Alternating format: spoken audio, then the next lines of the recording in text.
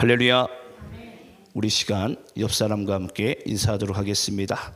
하나님께서 우리와 함께 하십니다 라고 인사하겠습니다. 우리 한 번 더 우리 좌우 앞뒤 한 번 더 인사하겠습니다. 하나님께서 당신을 사랑하십니다 라고 인사하겠습니다.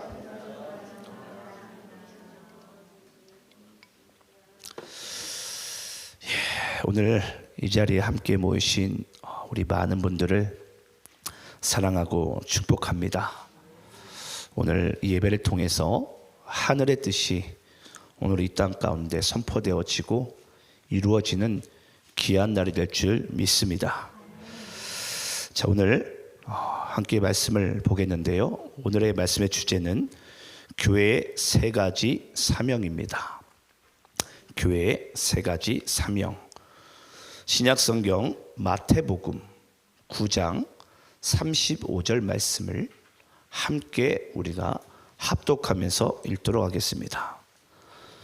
신약성경 마태복음 9장 35절입니다.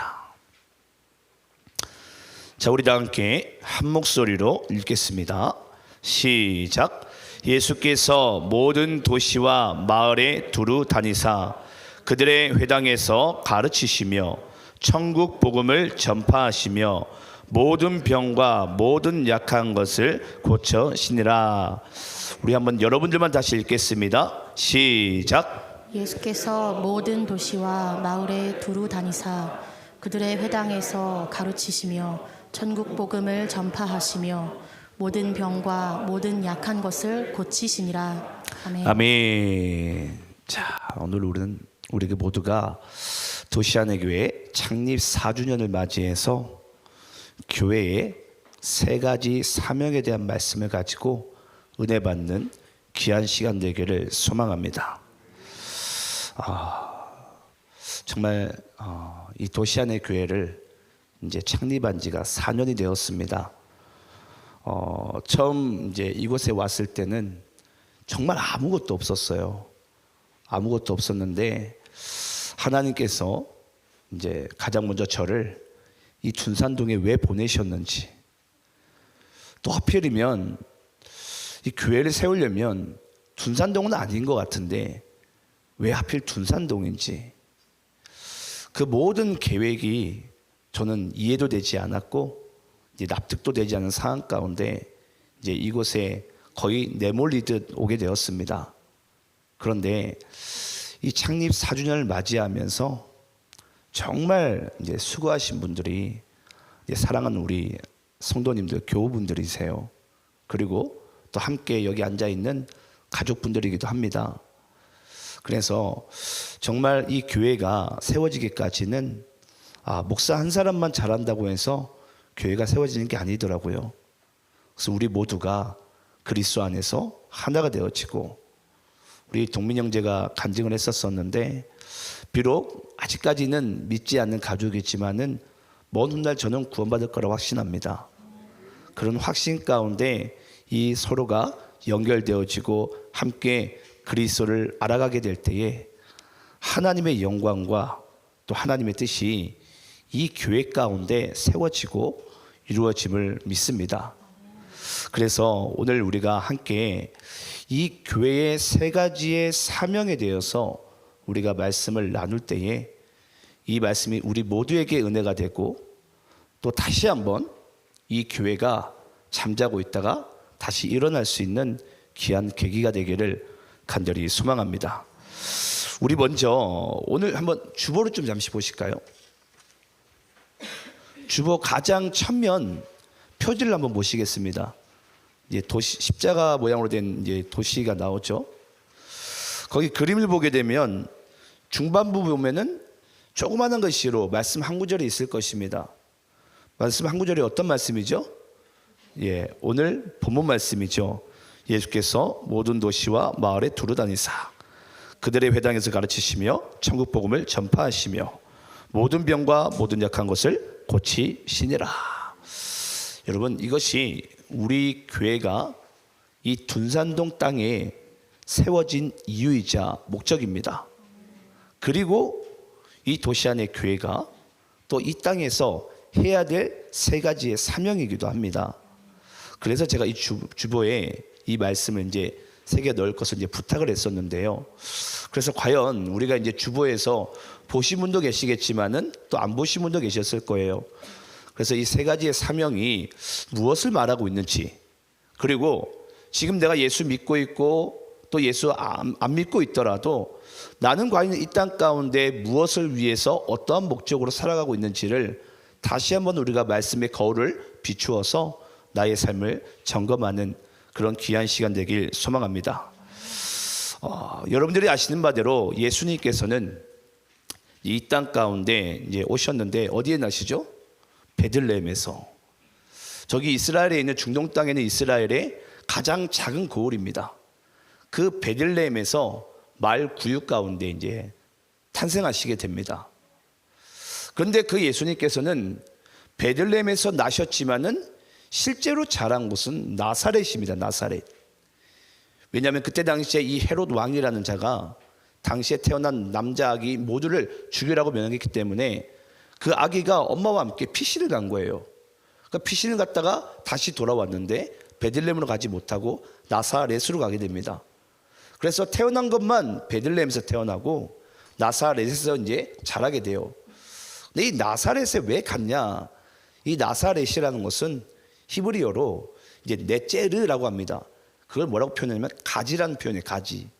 그래서 이제 다윗의 아버지가 이새인데 이제 구약 성경 말씀 가운데 그 이새의 뿌리에서 이새의 가지에서 날짜가 이 땅 가운데 메시아로 오실 것이다. 그 말씀의 예언이 성취된 것이 바로 이 나사렛 예수라는 이름입니다. 그래서 우리가 이제 이 나사렛 예수 이름을 믿는 자들에게 이제 우리가 구원을 얻는 귀한 축복을 이제 얻게 되는 것입니다. 그런데 이제 예수님께서 이제 어린 시절부터 나사렛에서 이제 자라시게 돼요. 이제 예수님께서 이 땅 가운데 정식적으로 출현하시게 된 게 언제냐면 바로 세례 요한으로부터 예수님께서는 이 땅 가운데 이제 출현하시게 됩니다. 그럼 세례 요한이 무엇을 얘기하냐면 이제 메시아가 오실 것을 이제 광야에서 선포를 합니다. 그래서 이제 메시아가 이제 딱 나타나셨는데 그 예수께서는 세례 요한을 통해서 물세례를 받으시고 또 하늘이 열려서 성령의 충만한 세례를 또 받으십니다. 근데 참 신기하죠. 하나님의 아들임에도 불구하고 그 예수님께서는 물세례와 성령의 충만한 세례를 받으신 이후에 광야에서 40일 동안 금식을 하고 마귀에게 시험을 받으세요. 아니 어떻게 신이 마귀에게 시험을 받을 수 있을까라고 아마 생각을 하실 수가 있습니다.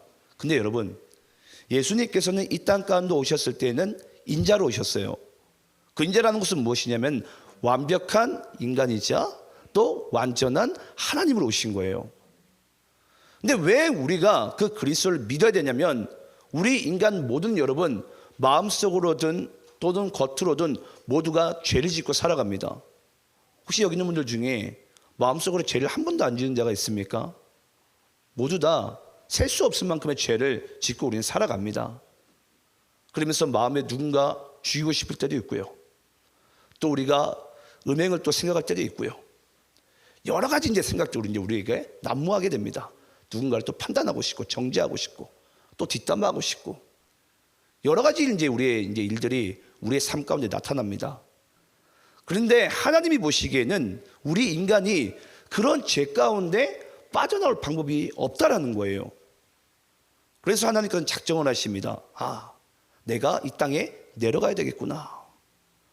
그래서 그 성육신하신 완전한 인간의 모습으로 오신 그 예수 그리스도께서 우리와 똑같이 사단에게 광야에서 세 가지의 시험을 받지 않으시면은 우리 인간과 여러분 같이 교합을 할 수가 없어요. 그래서 우리가 이 땅 가운데 느낄 수 있는 모든 고통의 그 세 가지 이 죄악의 고통들을 예수님께서 다 같이 느끼시는 거예요. 근데 예수님도 여러분 인간이었다면 그 세 가지를 우리와 똑같이 이길 수가 없습니다. 죄를. 근데 예수님께서 무엇으로 이기시죠? 기록되었으되 하나님의 말씀으로 이기시는 거예요. 하나님의 말씀으로. 그래서 말씀이 육신이 되어 이 땅 가운데 오신 분이 바로 예수 그리스도가 되는 것입니다. 그래서 이제 광야에서 시험을 마치신 이후에 예수님께서 이제 내가 이제 이 땅에서 이러한 일을 하게 될 것이다. 예수님의 사명에 대해서 예수님께서 말씀하신 부분이 있습니다. 한번 그 말씀 좀 읽어볼게요. 마태복음 4장 23절 말씀 함께 한번 읽어보겠습니다. 마태복음 4장 23절. 신약성경 마태복음 4장 23절입니다. 함께 있습니다. 시작. 예수께서 온 갈릴리에 두루 다니사 그들의 회당에서 가르치시며 천국 복음을 전파하시며 백성 중에 모든 병과 모든 약한 것을 고치시니. 자, 여러분 좀 신기한 게 발견되십니까? 이 말씀은 어떤 말씀과 거의 똑같죠?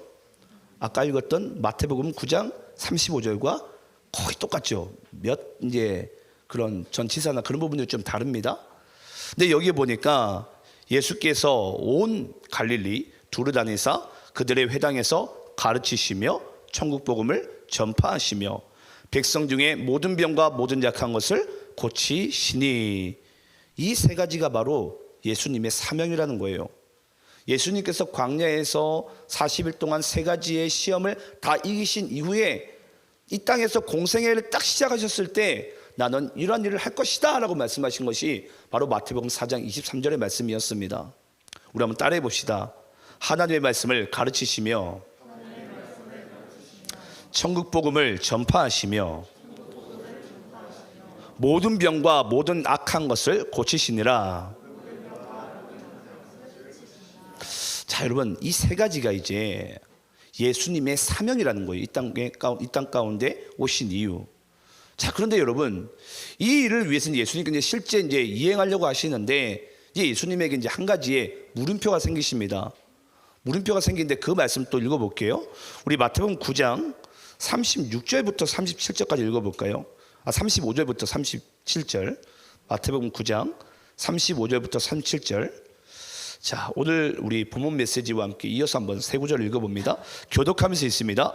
예수께서 모든 도시와 마을에 두루 다니사 그들의 회당에서 가르치시며 천국 복음을 전파하시며 모든 병과 모든 약한 것을 고치시니라. 무리를 보시고 불쌍히 여기시니 이는 그들이 목자 없는 양과 같이 고생하며 기진함이라. 37절 함께 있습니다. 시작. 이에 제자들에게 이르시되 추수할 것은 많되 일꾼이 적으니. 아멘. 자, 여러분 예수님께서 이제 모든 시험을 다 감당하시고 나는 이제 이 세 가지 일을 위해서 이 땅 가운데 왔다. 이것이 나의 사명이다 라고 말씀하시면서 이제 공생애를 시작하려고 하시는데 보니까 이 약하고 악하고 병든 자들이 이 세상에 너무나도 많은 거예요. 예수님의 혼자서는 여러분 이것이 불가능해 보입니다. 물론은 하나님의 아들이니까 여러분 능력을 행하시면 다 되겠죠. 하지만 모든 사람들 한 사람 한 사람을 다 쫓아가서 이 복음을 전해야 되고 그들을 고쳐야 되는데 지금 예수님에게 필요한 것은 여러분 바로 사람이에요. 추수할 일꾼이에요. 그러니까 예수님의 마음의 입장에서는 이들에게 지금 내가 사람을 보내야 되겠구나. 그래서 이 마태복음 9장 다음에 다음 장이 몇 장이죠? 10장이죠. 10장. 그 10장 1절에 어떻게 시작하는지 한번 볼까요? 말씀을. 마태복음 10장 우리 1절 말씀 함께 읽어보겠습니다.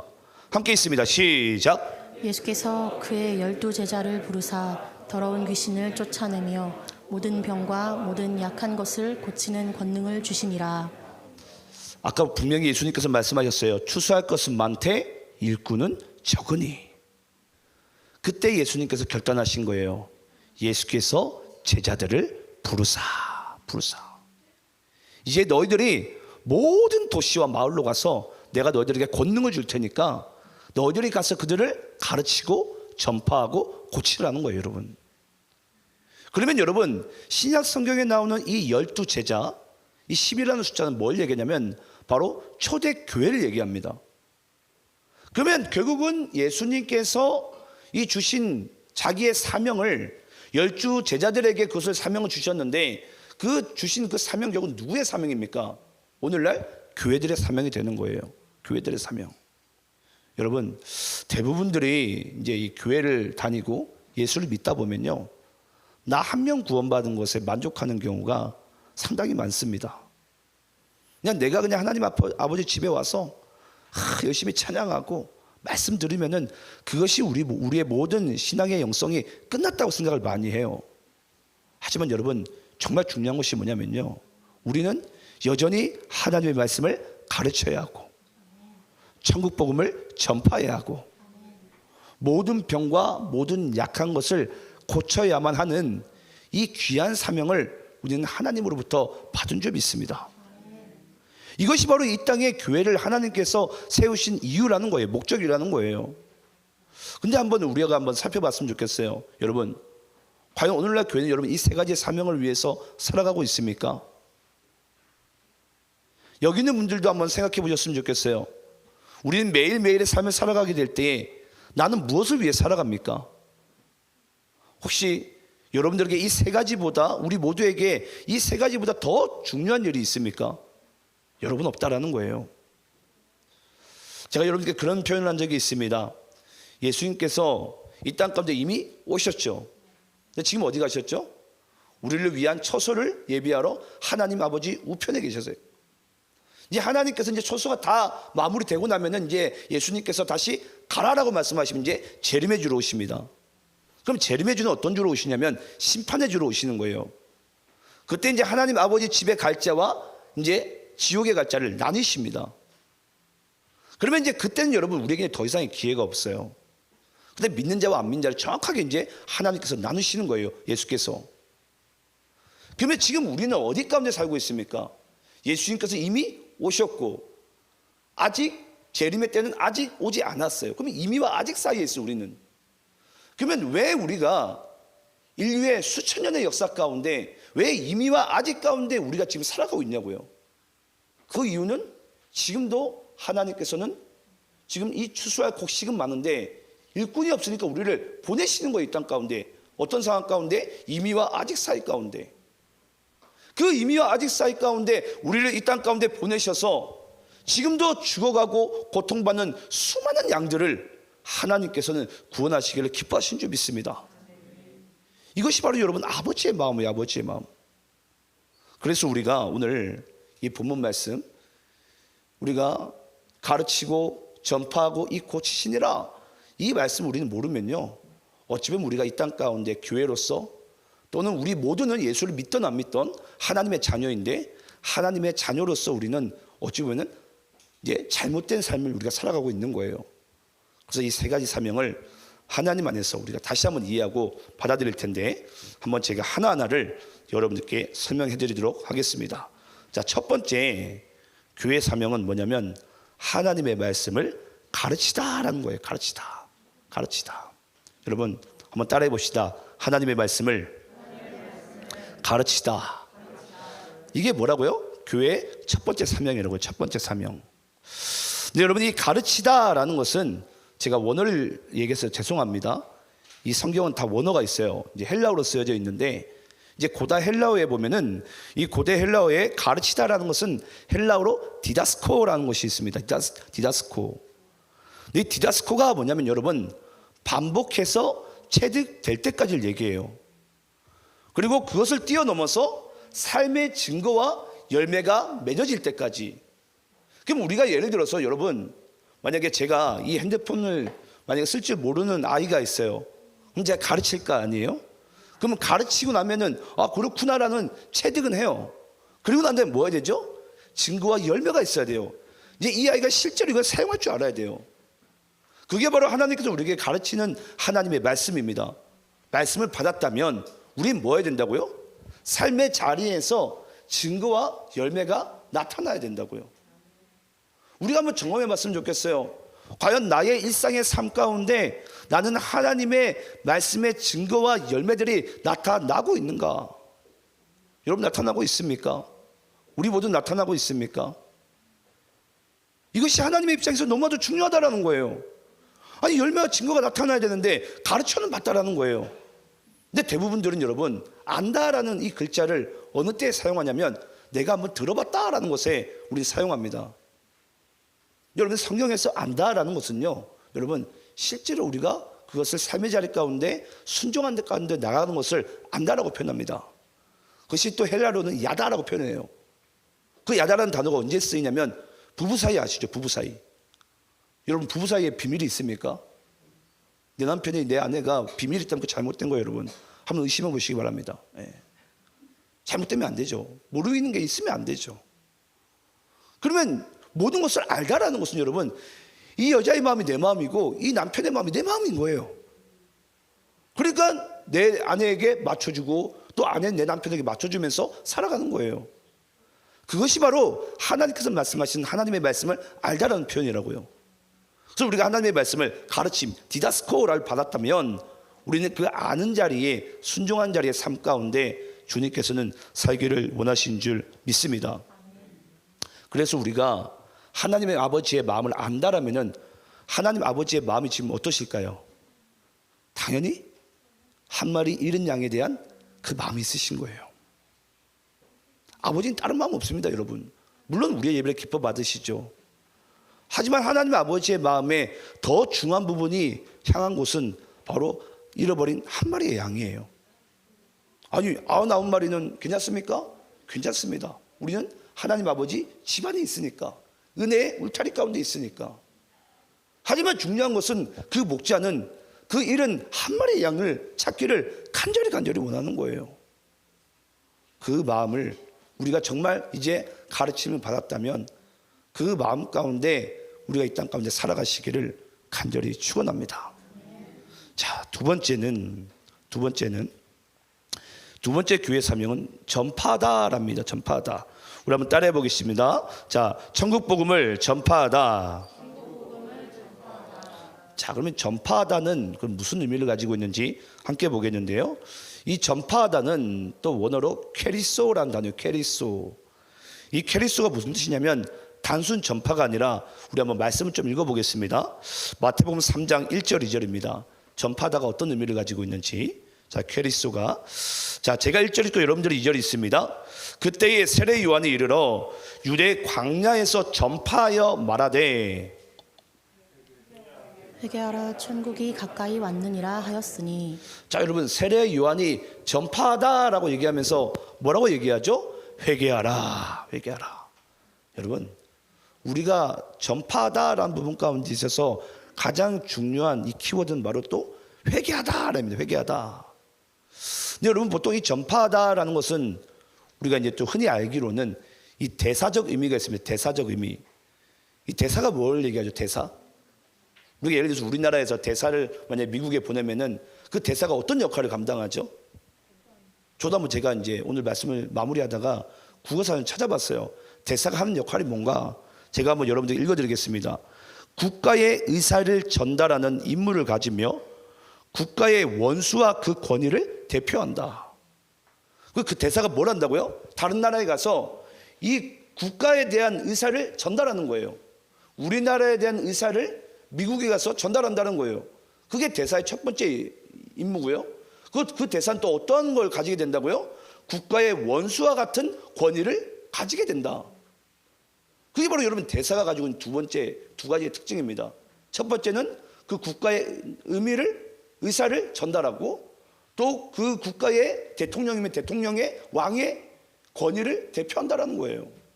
여러분, 그럼 우리가 만약에 하나님 아버지의 나라에 전파하는 대사라면 어떤 의미를 가지고 있다고요? 하나님 아버지의 나라의 의미를 우리가 전달하고 이 땅 가운데, 또 어떤 의미를 가지고 있다고요? 하나님 아버지의 그 왕의 권위를 가지고 우리는 이 땅 가운데 살아가야 된다는 거예요. 여러분 믿으십니까? 이 두 가지가 바로 전파하다라는 캐리소라는 단어의 의미예요. 캐리소, 전파하다. 단순히 우리가 길거리 가가지고 예수 믿으세요, 예수 믿으세요, 그 정도가 아닙니다. 우리가 그럴 자격이 충분히 있고 우리가 주눅 들 이유가 없다라는 거예요. 하나님 아버지의 권세가 있는데 우리가 왜 누구에게 복음을 전할 때 왜 우리가 주눅 들어야 됩니까? 당당하게 맞서야 되죠. 그리고 하나님 아버지의 나라의 의미를 우리 그들에게 전달을 해줘야 될 의미를 대사는 가지고 있다고요. 그게 나에게 여러분 머무는 것이 아닙니다. 전달해야 돼요. 아마 예수 믿지 않는 분들은 그러실 거예요. 도대체 교회는 왜 그렇게 자꾸 전도하려고 하냐고. 우리는 그 대사의 의미를 가지고 있기 때문이에요. 하나님 아버지의 나라의 그 의사를 우리는 전달해야 될 책무가 있어요. 책임이 있어요. 권위가 있어요. 그러니까 우리는 그 복음을 전하는 것입니다.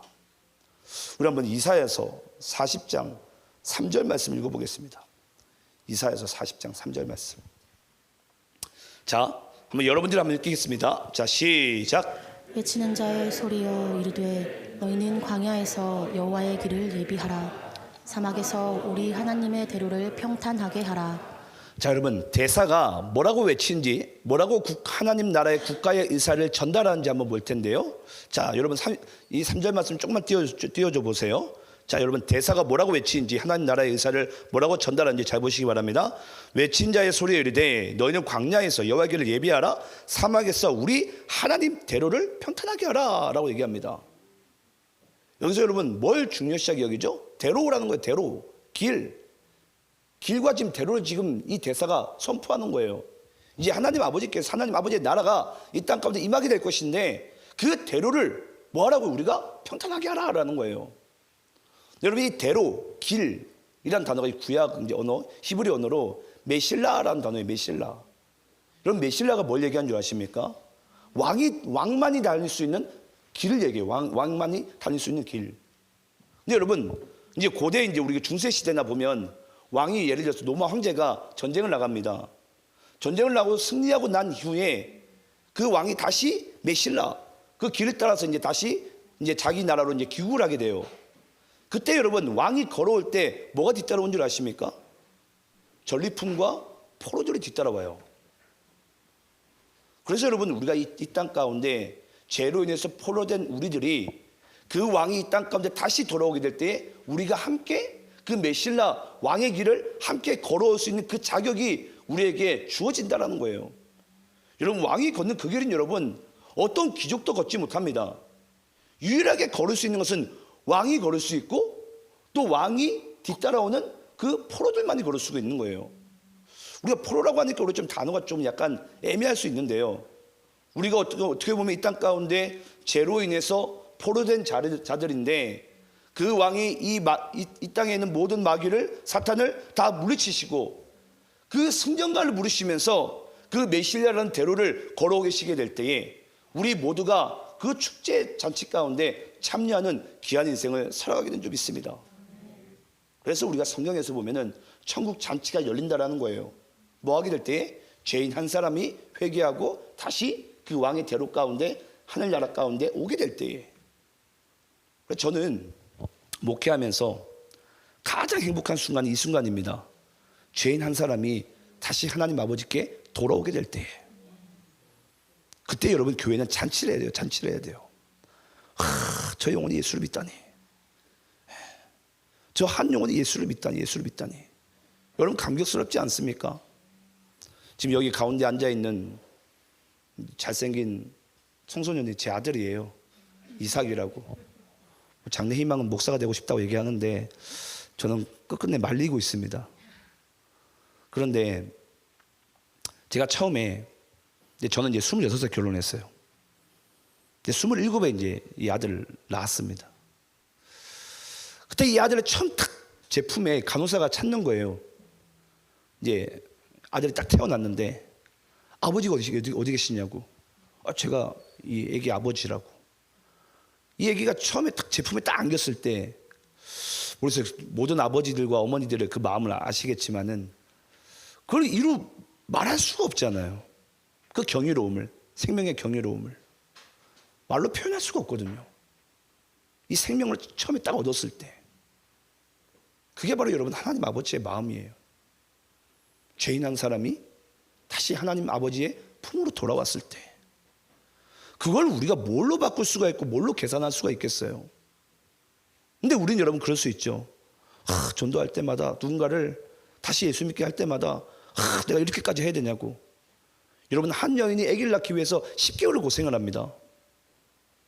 혹시 한 영혼을 여러분 10개월 동안 품은 적이 있습니까? 10개월 동안 또 뭐 하게 되죠? 자기 몸매가 다 망가져요. 자기 먹고 싶은 거 아기 때문에 못 먹어요. 그러면서 몸이 또 불편해 가면서 그 10개월을 버텨야 돼요. 뭐 하기 위해서? 그 한 생명을 얻기 위해서. 여러분 한 생명이 우리가 그냥 얻어지는 게 아닙니다. 제가 우리 교우분들한테 자주 얘기해요. 한 영혼을 품자고. 근데 그 한 영혼을 얻기가 쉽지 않다라는 거예요. 아마 이제 아기를 낳아보신 우리 여성분들은 다들 아마 동감하실 거예요. 그 아기가 이 땅 가운데 태어나기, 생명을 얻기까지가 얼마나 힘든 것인데 먹고 싶은 거 못 먹고 하고 싶은 거 못 하고 입고 싶은 거 못 입고 다 그냥 이 아기에게 다 맞추죠. 그리고 아기가 또 태어나면 뭐 하게 되죠? 이제 가정의 분위기가 신혼집에서 이제 이게 아기집으로 바뀝니다. 그 아기에게 다 맞춰요. 그래서 교회에서 여러분 새신자가 오면은 모든 교우들이 이 새신자에게 다 맞추고 섬기는 인생을 살아가야 돼요. 그게 여러분 교회의 참 모습입니다. 그러니까 전파다라는 것이 우리는 단지 우리가 간단하게 생각할 줄 모르겠지만 하나님 아버지께서는 오늘도 이 잃은 한 영혼이 다시 이 왕의 대로 가운데 다시 걸어와서 아버지 집에 거하기까지를 주님께서는 간절히 원하고 또 원하신 줄 믿습니다. 이 교회의 두 번째 사명 가운데 우리의 삶을 주님께 드리기를 간절히 축원합니다. 우리 한번 요한복음 14장 6절 말씀 읽어볼까요? 요한복음 14장 6절 함께 한번 읽어보겠습니다. 자, 시작. 예수께서 이르시되 내가 곧 길이요 진리요 생명이니 나로 말미암지 않고는 아버지께로 올 자가 없느니라. 여러분, 우리의 생명의 메시아 되신 예수께서 말씀하고 있습니다. 내가 곧 길이고 진리고 생명이다. 여러분 혹시 모든 이 땅에 있는 모든 종교를 막론하고 자기가 길이라고 얘기한 자는 오직 그리스도밖에 없습니다. 한번 여러분 다른 종교를 한번 살펴보시기 바래요. 자기가 길이고 진리고 생명이다라고 얘기한 자는 여러분 오직 예수밖에 없습니다. 다른 모든 다 신들은 뭘 주장한 줄 아십니까? 너희들이 돌을 닦고 너희들이 수련해서 이 높은 자리 가운데 올라오라는 거예요.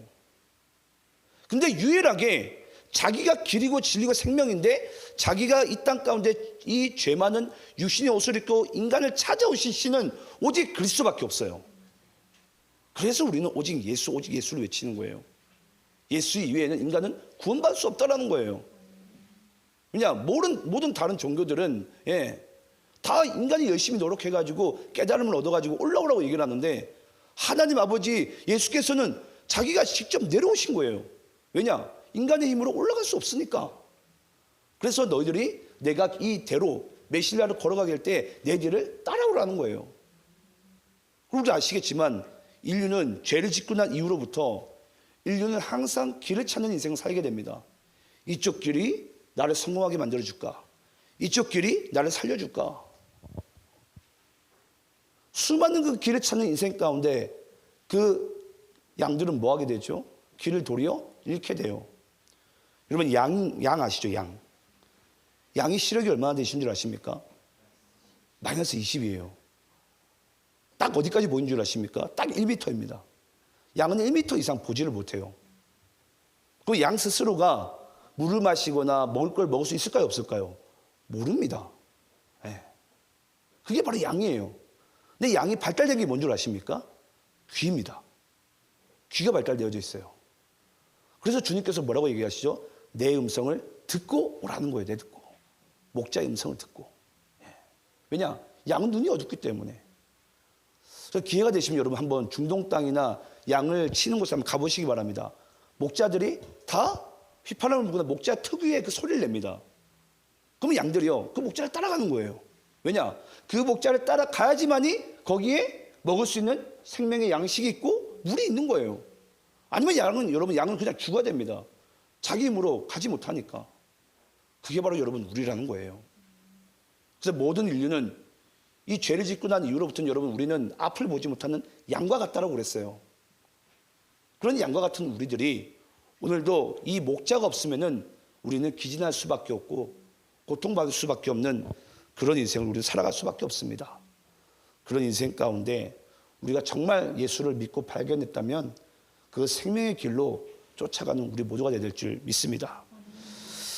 자, 이제 세 번째로 이제 우리가 교회의 사명은 모든 병과 약한 것을 고치시니라. 여러분, 모든 병과 약한 것을 고치시니라 라고 했는데 이 문장 중에 어떤 단어가 가장 중요할 것 같으세요? 모든 병과 모든 약한 것을 고치시니라. 어떤 단어가 가장 중요하죠? 바로 모든이라는 단어입니다. 모든. 이 모든이라는 단어가 오늘 뭐 원어를 자꾸 얘기해서 죄송합니다. 이 원어로 헬라어로 파스라는 단어예요. 파스. 우리가 아플 때 붙이는 파스 말고요. 이 파스라는 단어인데 이게 뭘 얘기하냐면 여러분, 이 모든이라는 단어는 쉽게 얘기하면 이와 같아요. 여러분, 우리 사람이 보통 아프면 어디가 아프죠? 내가 손가락을 다쳤어요. 그럼 아프죠? 손가락이 아파요. 그러면 이제 손가락이 아프면 우리가 이제 살짝 정신적으로 조금 불편하고 아플 수도 있어요. 근데 성경에서 얘기하는 이 병들고 약하고 아프다는 것은 여러분 이 정도의 아픔을 얘기하는 것이 아닙니다. 쉽게 얘기하자면 여러분, 이 땅에 인류가, 우리 인간이 아프게 되면, 병들게 되면 뭐가 함께 병들게 되죠? 이 땅이 같이 병들게 돼요. 여러분은 아시겠지만 하나님이 만드신 모든 피조물들 중에 하나님이 만드신 것을 파괴한 자는 인간밖에 없습니다. 우리는 호랭이 보면 저런 징그러워 보이고 막 난폭해 보이잖아요. 여러분, 호랭이는 하나님이 만든 세상을 파헤친 자는 아니에요. 자기가 배고프면 그냥 먹어요. 또 배부르면 남의 것을 건들지 않습니다. 근데 우리는 내가 배불러도 남의 거 뺏어오죠. 그래서 하나님께서 만드신 이 피조 세계는 여러분 결국은 인간을 통해서 고통을 받게 돼요. 어떤 인간을 통해서? 죄 많은 인간을 통해서. 근데 여기서 모든이라는 것은 여러분, 하나님께서 이 땅을 고치시길 원하시는데 모든 것을 고치기 원하신다는 거예요. 이 모든 것을 여러분 다 통전적으로 우리에게 역사하기 원하십니다. 그러니까 우리가 생각할 수 있는 모든 것을 얘기해요. 여러분들이 숨 쉬는 것, 뭐 국가, 정치, 경제, 의학, 교육, 모든 것을 고치기 원하시는 거예요. 근데 이 세상을 고치는 것은 하나님 입장에서는 아주 간단합니다. 그게 뭔 줄 아세요? 이 세상의 경영을 하나님께서 누구에게 맡기셨죠? 우리 인간에게 맡기셨어요. 이 세상의 경영을. 그럼 하나님 입장에서 누구만 바꾸면 됩니까? 우리 인간만 바꾸면 돼요, 여러분. 그래서 하나님께서, 예수께서 12 제자를 딱 부르시고 뭐 하신다고요? 그들에게 모든 병든 것과 약한 것을 고칠 수 있는 권능을 주신다고요. 내가 이제 너희들에게 권능을 줄게. 이제 너희들이 가서 이 세상을 다시 하나님의 뜻 가운데 하나님 아버지의 좋은 것, 톱으로 다시 너희들이 바꾸라는 거예요. 바꾸라는 거예요. 이것이 바로 여러분 하나님 아버지의 뜻입니다. 가서 고쳐라. 어떤 것을? 정치든 경제든 사회든 문학이든 교육이든 의학이든 다 고치라는 거예요. 근데 우리는 고친다라고 표현하면 보통 뭐만 생각하는 줄 아십니까? 내가 내 영혼이 구원받거나 내 병든 것만 고치면 받기를 원해요. 근데 하나님께서는 이 세상을 고치기 원하신 줄 믿습니다. 그래서 뭐 하셨다고요? 제자들을 부르셨다고요. 12 제자를 부르셨다고요. 근데 그 12 제자가 뭘 의미한다고 그랬죠? 교회를 얘기한다고 그랬어요. 그래서 오늘도 우리가 예수 믿는 자들을 교회라고 부르거든요. 근데 예수 믿는 자들이 하루속히 주님 앞에 돌아와서 이 세상을 하나님 아버지의 원래 뜻대로 다시 회복하기 원하시는 것이 하나님 아버지의 뜻인 줄 믿습니다. 우리 한번 마지막으로 마태복음 9장 36절 말씀을 다시 읽어보겠습니다. 마태복음 9장 36절입니다. 다시 한번 읽어보겠습니다. 자, 시작. 무리를 보시고 불쌍히 여기시니 이는 그들이 목자 없는 양과 같이 고생하며 기진함이라. 여러분, 모든이란 이 단어에 이 마지막으로 우리가 알아야 될 뜻이 뭐냐면 바로 모든 사람들 무리를 보시고 예수님이 어떤 마음 품으셨다고요? 불쌍히 여기시니. 여러분, 여기서 불쌍히 여기시니라는 것은 이 스플랑크 니조마이라는 원어예요. 근데 이게 뭘 얘기하냐면 여러분, 단장의 고통을 얘기합니다. 단장의 고통. 모든 영혼들은 아까 제가 말씀드렸지만 예수를 믿든 안 믿든 이 땅에 있는 모든 인간은 다 하나님의 자녀예요. 하나님이 예수 믿는 자들만 이뻐하는 것이 아닙니다. 안 믿는 자도 이뻐하세요. 그럼 이 땅에 있는 모든 자녀들은 다 하나님의 자녀인데 그 고생하고 기진한 것을 볼 때마다 주님께서 뭘 느끼시냐면 스플라크 니조마이, 단장의 고통을 느끼신다는 거예요. 여러분, 단장이 뭔 줄 아십니까? 창자가 끊어지는 고통을 얘기해요. 창자가 끊어지는 고통을. 무엇을 볼 때? 아버지가 자녀가 고통받는 것을 볼 때.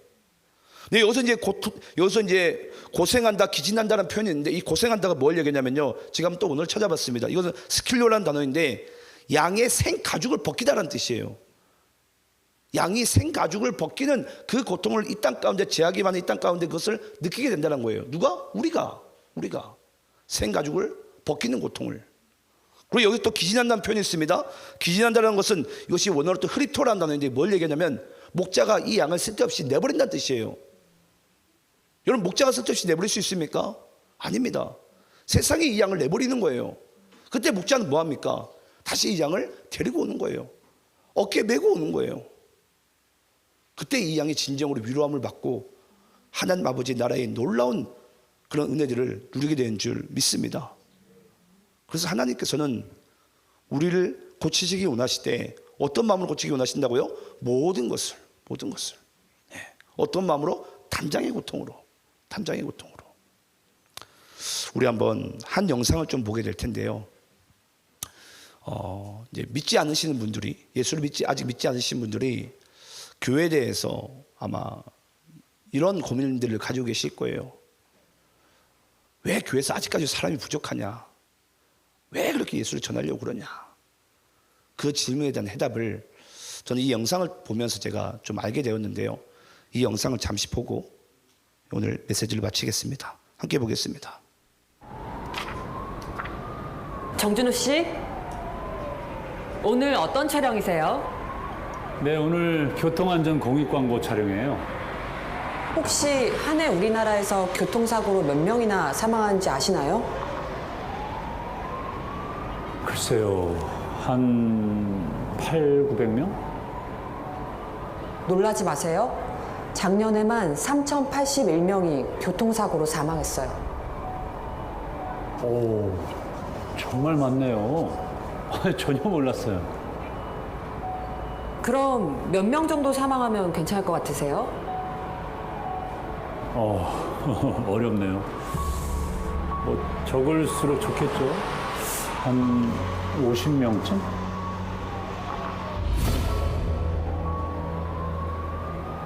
저기 계신 분들이 50명입니다. 주기 엄마. 교통사고로 죽어도 괜찮은 숫자는 없습니다. 내 가족일 수도 있네요. 도로 위 안전지킴이가 되어 예, 가족의 맞습니다. 안전을 지켜주세요. 도로 위 안전을 잘 지키시기 바랍니다. 자, 여러분, 우리가 영상을 봤었는데 제가 요즘에 저희 도시안의 교회 폐허가 구령의 열정이에요. 이 구령의 열정이 무슨 뜻이냐면 한 영혼을 향한 열정을 얘기합니다. 그 한 영혼을 구원받기를 향하는 강한 열정의 마음을 구령의 열정이라고 표현을 하는데 제가 그러다가 이 영상을 제가 접하면서 그런 생각을 가지게 됐어요. 여러분, 하나님 아버지의 입장에서는 몇 명쯤이나 죽으면 괜찮을까요? 라고 만약에 질문을 한다면 하나님이 뭐라고 대답할 것 같으세요? 50명쯤이라고 대답할 것 같습니까? 아니에요. 단 한 명도 죽으면 안 돼요. 저는 그것이 제가 목회하는 이유입니다. 만약에 당신이 왜 목사가 되었습니까? 라고 만약에 묻는다면 저는 이걸 대답하고 싶어요. 한 영혼도 죽으면 안 되니까. 성경에서 말하는 죽는다라는 표현, 여러분, 지옥의 멸망의 자리 가운데 간다라고 표현을 합니다. 그게 죽는다라는 표현이에요, 성경에서. 여러분, 하나님 아버지께서는 한 명도 죽기를 원하지 않으세요. 왜냐? 거기에 내 가족이 아닐지라도 누군가의 가족이 있을 수 있어요. 누군가의 아버지가 될 수 있고 누군가의 자녀가 있을 수 있어요. 근데 죽어도 된다고요? 복음을 안 전해도 된다고요? 아니에요, 여러분. 교회는 전해야 됩니다. 이 세 가지의 사명을 우리가 정말 울더라도 우린 씨를 뿌린 자가 돼야 돼요. 이 세 가지의 사명이 다시 한번 우리가 이 땅의 교회 가운데 저는 회복되어지길 원하고요. 그건 단지 도시안의 교회뿐만이 아니라 정말 이 지상에 있는 모든 교회들이 다시 한번 이 세 가지의 사명을 하나님 안에서 다시 회복하고 이 땅 가운데 살아가는 삶의 목적을 우리가 주님께 올려드리기를 간절히 축원합니다. 함께 기도하겠습니다.